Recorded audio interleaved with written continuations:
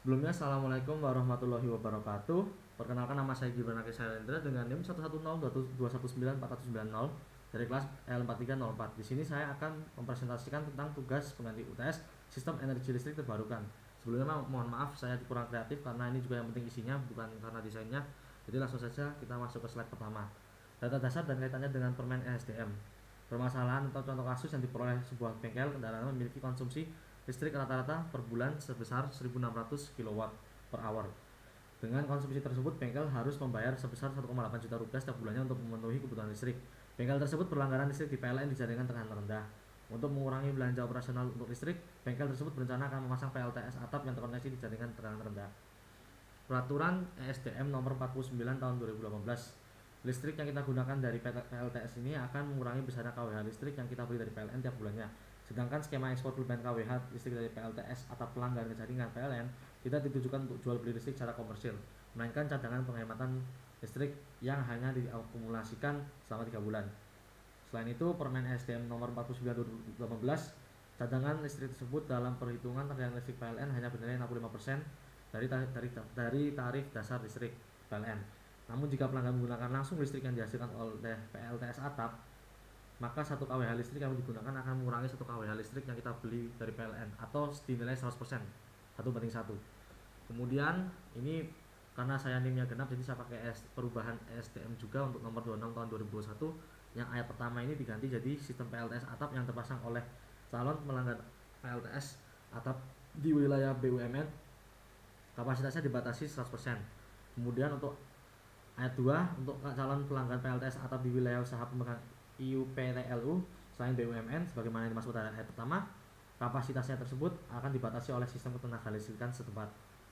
Ayat 3, batasan kapasitas sistem tenaga listrikan setempat sebagaimana yang dimaksudkan ayat kedua tadi dilaporkan kepada Dirjen EBTKE dengan tembusan kepada Dirjen Ketenaga Listrikan. Kemudian ayat 4, deklarasi sebagaimana yang dimaksud ayat 2 dan laporan sebagaimana yang dimaksud ayat 3 dilaksanakan setiap tahun pada bulan Desember. Kemudian untuk ayat 5, kapasitas sistem PLTS atap sebagaimana yang dimaksud pada ayat 1 dan 2 ditentukan besarnya kapasitas total inverter dalam satuan volt ampere. Kemudian parameter yang digunakan untuk mengukur material menggunakan analisa bayangan yaitu bentuk atap, orientasi bangunan, dan objek-objek sekitar bangunan. Langkah-langkah sederhananya bisa dari yang pertama melihat bentuk atap. Jika bentuknya datar bisa langsung ke langkah 2. Jika bentuknya prisma bisa dicek dulu apakah menghadap utara atau selatan. Kemudian langkah kedua memeriksa orientasi atap dan koordinat lokasi pemasangan. Setelah menunjukkan area atap yang menghadap ke utara dan selatan, selanjutnya perlu dilihat lokasi pemasangan PLTS apakah di sebelah utara atau sebelah selatan khatulistiwa.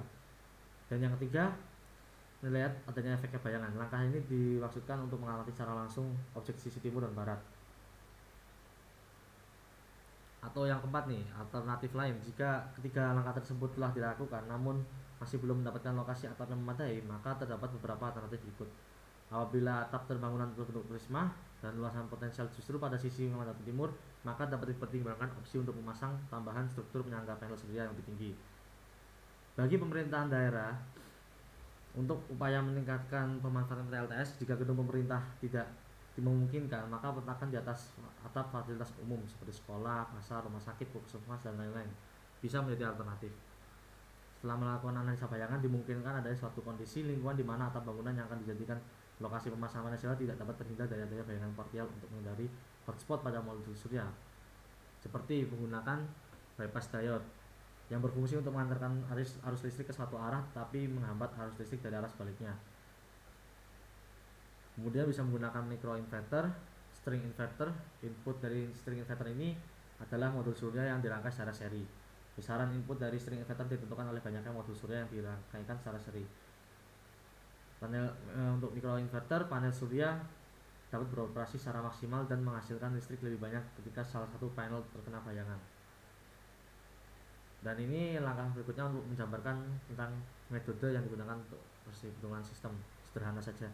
Untuk rumus perhitungan, jumlah modul sama dengan daya puncak sistem PLTS atap per sama tadi WP, daya puncak sistem PLTS atap per modulnya. Dan tersebut juga ditampilkan contoh hasil perhitungannya.